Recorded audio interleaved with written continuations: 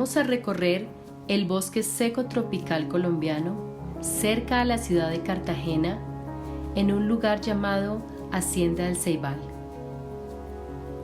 En este bosque vive el mono tití cabeciblanco, especie endémica de nuestro país que se encuentra en peligro de extinción.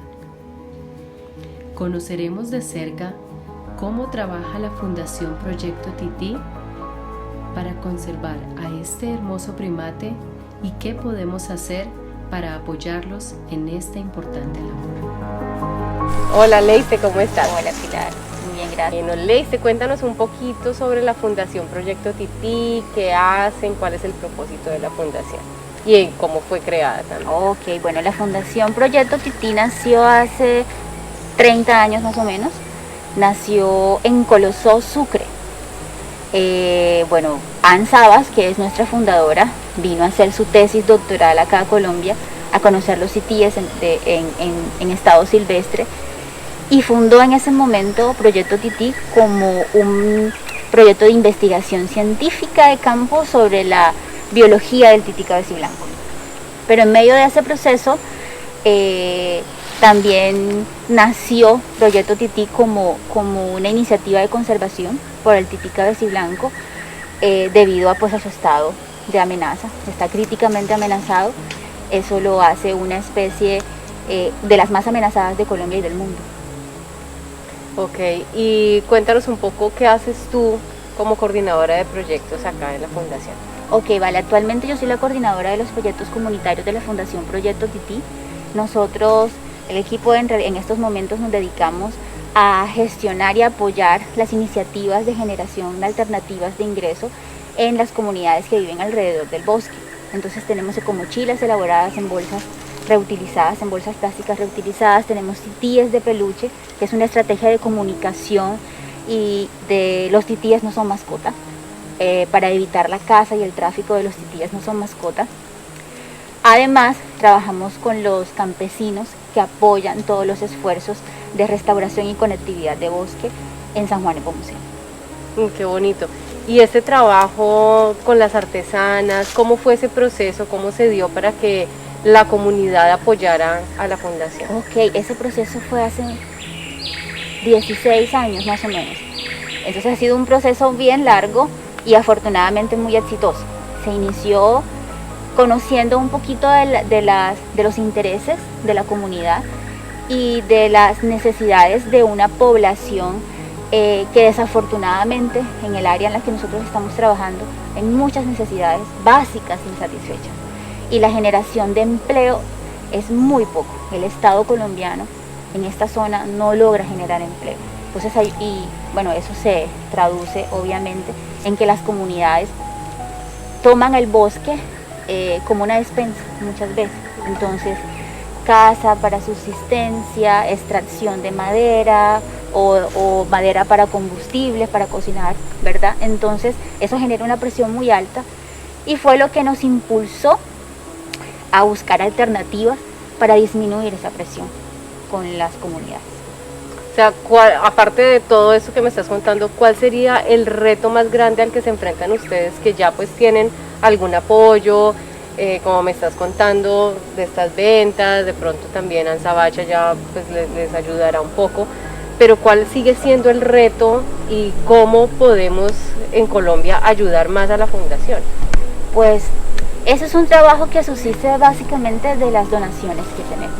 Entonces nuestras necesidades, pues obviamente mantener las actividades en funcionamiento, los árboles para nuestro para nuestro programa de restauración. Actualmente nosotros estamos también administrando una reserva propia de más o menos unas 200 hectáreas. Entonces eso pues obviamente, cierto, es mucho trabajo y bueno, nosotros siempre necesitamos y agradecemos el apoyo que nos puedan brindar. ¿Cómo es el equipo que ustedes conforman para trabajar acá en esta zona, por ejemplo? Bueno, este equipo es bien multidisciplinar. Tenemos biólogos, tenemos asistentes de campo con diferentes formaciones, desde técnico a tecnólogo, algunos estudiando están en formación universitaria. Tenemos también la parte administrativa, contadores, auxiliares, administradores.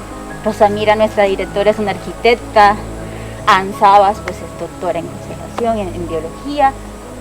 Bueno, eso más o menos es el perfil de las personas que trabajamos acá.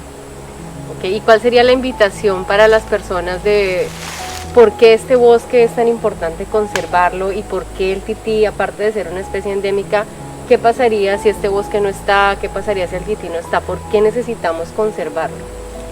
Bueno, el tití cabeciblanco y el bosque seco es un tesoro de nosotros los colombianos. Es parte de nuestro patrimonio, de nuestra biodiversidad.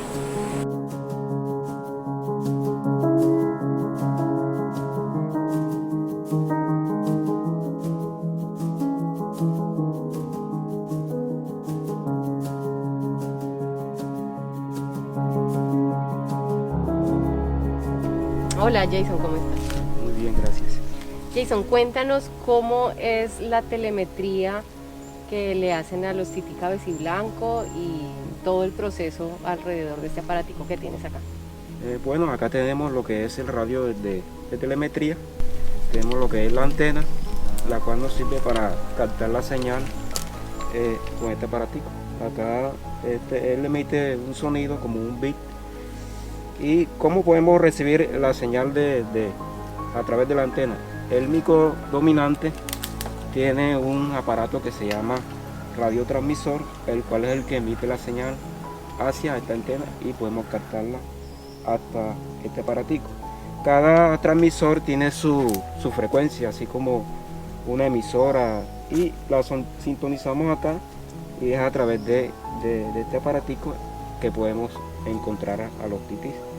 Si prestamos atención, acá se puede escuchar como el pitico. Sí. Si cambiamos la dirección de la antena, ahí suena abajo. Y entonces a medida que nos acercamos al grupo, la intensidad del bit va aumentando. Y acá tenemos estos botoncitos, lo cual nos permite cuadrar, digamos, que la frecuencia, el punto. Y aquí aumentamos como que la intensidad del sonido. Y a medida que estamos más cerca del grupo, hay que bajar la intensidad, porque si no nos mandaría a diferentes direcciones. Ya cuando tenemos exactamente, más o menos, porque conocemos como que el territorio, el lugar donde ellos se movilizan, los grupos de tití que estamos actualmente observando, entonces nos dirigimos hacia allá. ¿Y cómo le ponen el transmisor al tití?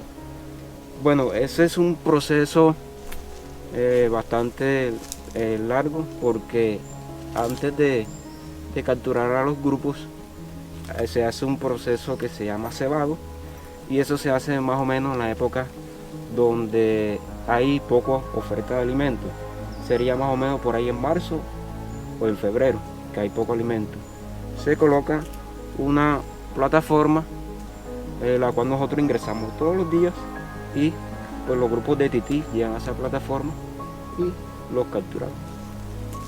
¿Cómo eligen a cuál tití le ponen el transmisor o no importa, a cualquiera? Bueno, eso lo hacemos gracias porque conocemos, digamos, que a los grupos también, que sabemos quién es el que anda más detrás de la hembra, y también depende del peso del animal.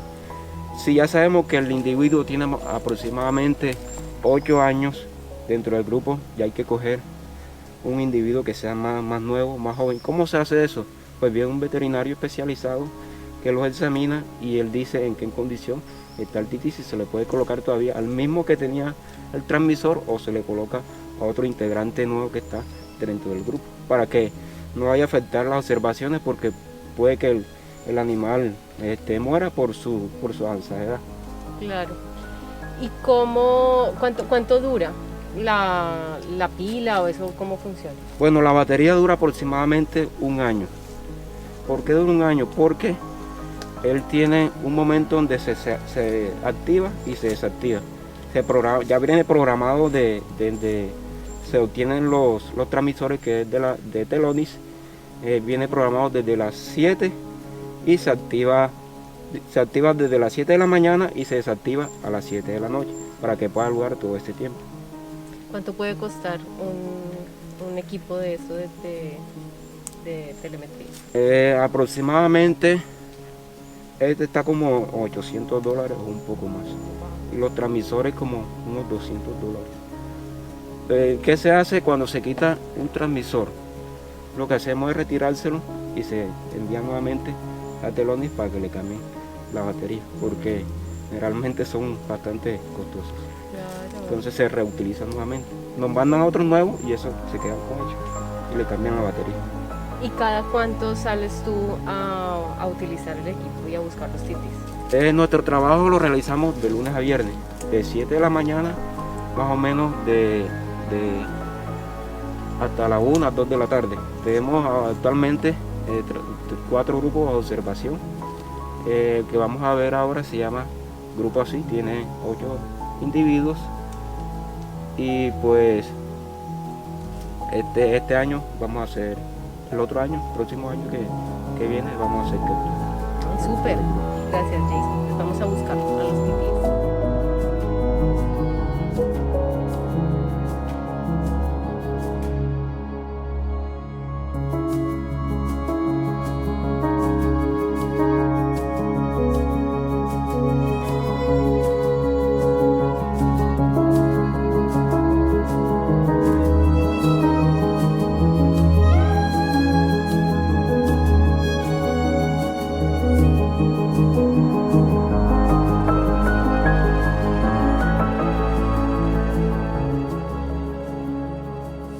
Hola Nelson, ¿cómo vas? Hola Pilar, muy bien. Bueno, cuéntame un poco sobre tu trayectoria en la Fundación Proyecto Titi. Bueno, cuando era pequeño me gustaba tener animales silvestres como mascotas.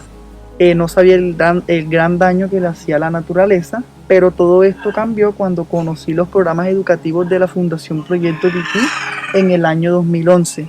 Participé en el programa ambiental La Cartitiga, donde pues conocimos al tití cabeciblanco y al bosque seco tropical.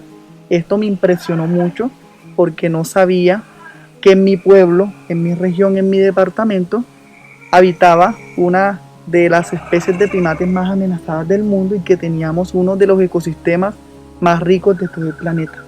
Esto me motivó a convertirme en un verdadero salvabosque. Pero después de la cartitilla, participé en otros programas educativos de la Fundación Proyecto Titi, donde pues aprendí a ser un líder comunitario en mi comunidad, educando a las familias, educando a muchos jóvenes en torno a la conservación de esta especie carismática del Caribe colombiano. Bueno Nelson, cuéntame cómo es un día tuyo acá en el bosque haciendo el monitoreo del tití cabeciblanco. Bueno, mi día a día, todos los días, es venirme desde el Uruaco hasta la hacienda del Ceibal, que queda más o menos a unos 20 kilómetros en moto, llegar a las 7 de la mañana, alistarnos, prepararnos para caminar 1 kilómetro desde la finca hasta el borde del bosque. Allí, por medio de radios de telemetría, buscamos a los titíes cabeciblancos, nos sentamos durante 30 minuticos observando qué está haciendo la especie en estado natural y registrando toda esta información en un iPad. ¿Sí? Visitamos más o menos todos los días entre 3 y 4 grupos. ¿Sí? Entonces llegamos a las 7 de la mañana y en el trayecto de un grupo a otro nos demoramos más o menos 1 hora y estamos saliendo todos los días a las 12, 1 hasta las 2 de la tarde, depende donde se encuentren los grupos familiares. Entonces mi día es nuestro día a día en el bosque psicotropical. ¿Cuántos grupos tienen monitoreados en este momento? Bueno, en la actualidad solo tenemos 4 grupos familiares, ¿sí? Y bueno, diario más o menos caminamos unos 8 kilómetros, entre 5 y 8 kilómetros todos los días, buscando titíes cabeciblancos, persiguiendo micos y bueno, viviendo esta loca aventura de conservación. Este espacio donde estamos es uno de los parches, digamos así, del bosque seco tropical.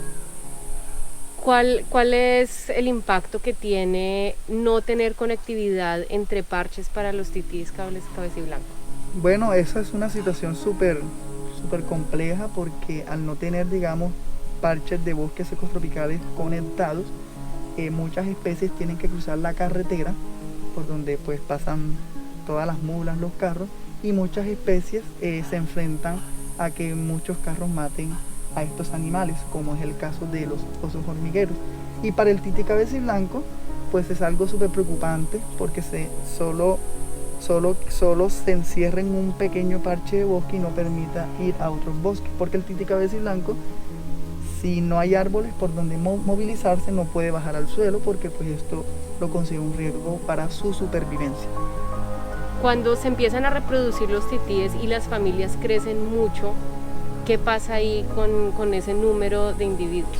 Bueno, hay muchas especies que cuando ya, digamos, se encuentran en un bosque psicotropical y hay muchas especies de titíes, hay muchos titíes cabeciblancos, pues estas especies sí se ven en la necesidad de poder pues, trasladarse por las cercas de la finca, por donde hay árboles, para otros lugares donde ellos puedan sobrevivir, porque pues el tití cabeciblanco es una especie súper territorial y más o menos cada especie necesita entre unas 10 hectáreas de bosque para poder sobrevivir, ¿sí? Entonces se ha visto obligado a desplazarse por las cercas de las fincas.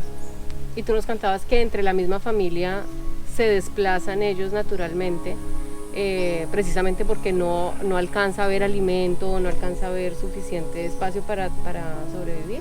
Sí, claro, es un comportamiento natural y ellos se desplazan también como otras especies pues a buscar alimento, a buscar otros árboles y bueno, etcétera. Es un comportamiento natural de estas especies. Cuéntame ahora dónde estamos y cuéntanos un poco sobre este árbol. Estamos aquí en el árbol padre del bosque seco tropical.